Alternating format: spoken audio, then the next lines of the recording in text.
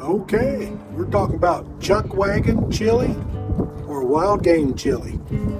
The only difference is you substitute the beef for the chuck wagon chili. Instead of using that, you'd use wild game burger. This can be deer, elk, caribou, moose. It all works and it all tastes great. This is our universal recipe. We mainly been cooking the beef portion of it, but we've tried it with the wild game portions of ground burger, and man, oh man, it is great. It tastes great with the proper spices and herbs to your liking. You can't complain, you can't do better. Plus you have total control of everything, especially if you butcher your own game and grind up your own meat. Okay, let's get on with it. Thank you for watching.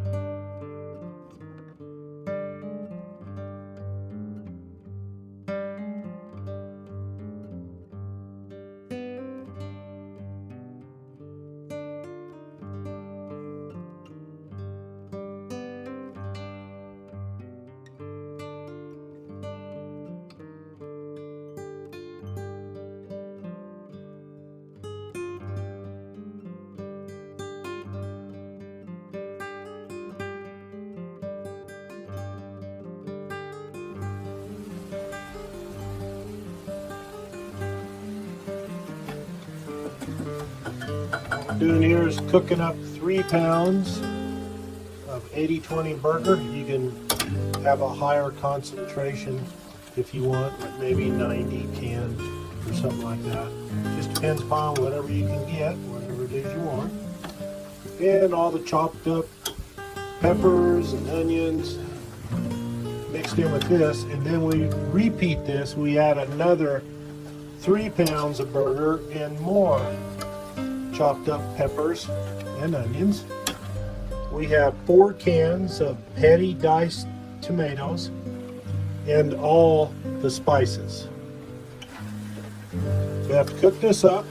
So in total, 6 pounds of burger and 8 chopped up jalapenos and 4 medium onions and 4 cloves of garlic. I'll put that up on the screen for you. 2 cups of water is also added here. 4 28-ounce cans of petty diced tomatoes in tomato juice. Each can is 28 ounces or 1 pound 12 ounce. You cook up all this. 6 pounds of burger, 4 medium onions chopped, and 8 jalapeno peppers chopped, diced, whatever you want to say. Now, the beans we're cooking are pinto beans. 10 cups of pinto beans. We're using our Power Pressure Cooker XL.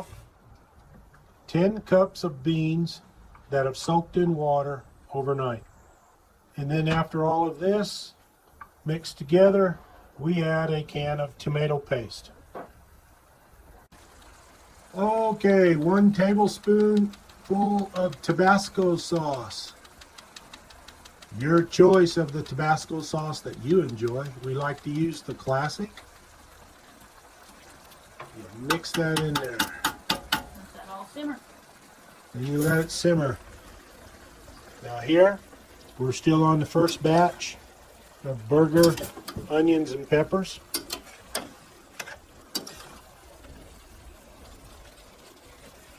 I'll make sure all that's chopped up fine, so just be doing this. Get it all down. Obviously, everybody knows how to cook this little portion, so what you have to do, just keep it going. There you can see the hamburger is cooking right along. No problemo. Now, to get this finely cut, finely separated real burger, You have to constantly go back like this with the ground burger. And as I said in the beginning, if you really, really want a treat for a outdoor chili, wild game chili that tastes absolutely great, just substitute the ground beef for ground venison, and you got it made. Venison meaning deer, or elk, or caribou, or moose. If it's ground, if it's venison, boy, I'm telling you what, you're going to have the best tasting chili in the world, in my humble opinion.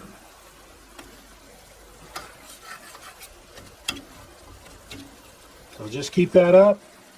Do the next batch of 3 pounds of ground meat. Get it cooked and then add that in there. And you have this on low, never on high, always on low, low and slow. Cook low and slow. I always got to remember that because I want everything done now. Well, you can't have that in cooking. Just like life, there's a lot of things you can't have, so you just got to work at it. So we'll come back to this on the second batch. We're going to finish this up and just make sure it's cooked to your taste. Usually we like ours well done, you know, just as long as it's cooked. But I'm telling you, if you use wild game instead of ground beef, there you go. That's how you make a heck of a wild game chili. Our version of Chuck Wagon chili. And of course you add your own herbs or spices or whatever if you want to make something with your particular flavor, touch, desire, and liking. So just go ahead and do that. Okay, we switch utensils. We have a spoon, strainer spoon. Now, you see where the hamburger is thoroughly cooked. Then from here, you can go ahead and just transfer it over to the other pot. Drain off any excess grease. That's one thing about beef. Whenever you cook beef, you're going to have some excess oils and stuff in there. So you could just go ahead and run this through a strainer and get out every little bit, but then it kind of takes away from the overall flavor. Just depends upon what you want to do. So, we'll get this done. We'll be back with the fresh batch. Okay, we're done with the second batch. So, we're going to go ahead and put this into the chili mix. But, before we do so, because I notice there's a little bit more grease than what I'm happy about. I always try to drain off all of the grease that I can. I will put this into a strainer and just push out the grease and fat. You see, the less fat, the less grease that you have in this particular situation, the healthier it's going to be. And the only way you're going to do that is by actually physically removing most of the grease. That seems very logical. Make sure everything's cooked, drain, then you can put it in your main sauce. So that's what we need to do. And remember, cook slow and low heat. Low heat usually causes you to cook slow. Because if you cook it fast, you will burn it. You don't want to do that.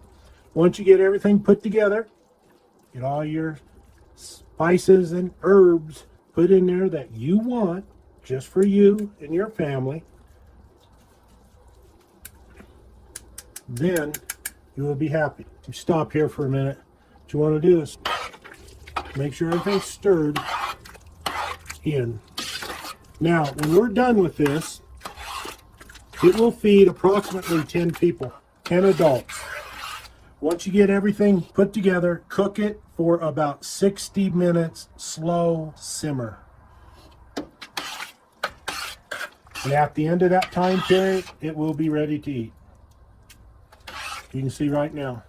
That looks pretty good, doesn't it? Again, you can substitute the beef if you want and just put in wild game. 6 pounds, ground. And it tastes great. You can use any type of beans you want. Pinto beans, northern beans, navy beans. Oh, geez, kidney beans. Just don't use green beans. No, no, no. But anyway, you can even mix those beans together. So this is what you want. Now we just cooked them in the power cooker. And let that go, and we'll add those. Okay, pinto beans, what we cooked up. Look how nice they are. 10 cups pinto beans. Or any other bean that you want. Now we will transfer this into the main sauce, and that will be it. So here we go. Okay, final product here. We put it all together. Added everything, just added the pinto beans. Now we're just stirring it. And the cooked beans that we cooked them in the pressure cooker, we went ahead and obviously included all the juices from there too, mixed in with this. And here you go. Now the tomato paste. The end.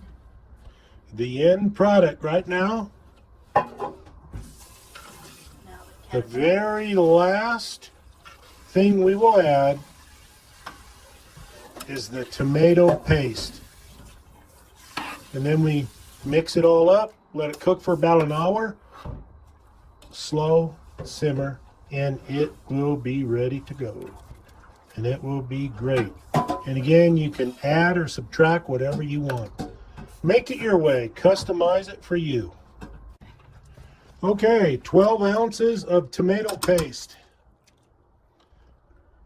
That really is the last ingredient. There you go, there it goes. 12 ounces of tomato paste. There you go. All right. Now mix all that up very well and let it simmer for about 1 hour. It'll be ready to go. Okay, go ahead. There you go. So let me get this all fixed up. Get it ready, get it finished up. We'll see what it looks like. Just wanted to re-emphasize, you have to mix that tomato paste up. So you're going to be here for a few moments to make sure that's all mixed up in there. Go all the way down to the bottom. Try not to scrape the bottom, just in case you have anything that's burnt down there. But I will be hitting the sides and everything else. Mix it up and let her cook. Look at that. It's going to be the best homemade chili you've made. Again, it's made according to what you want to do with it. So use the meat that you want, use the particular type of beans that you want.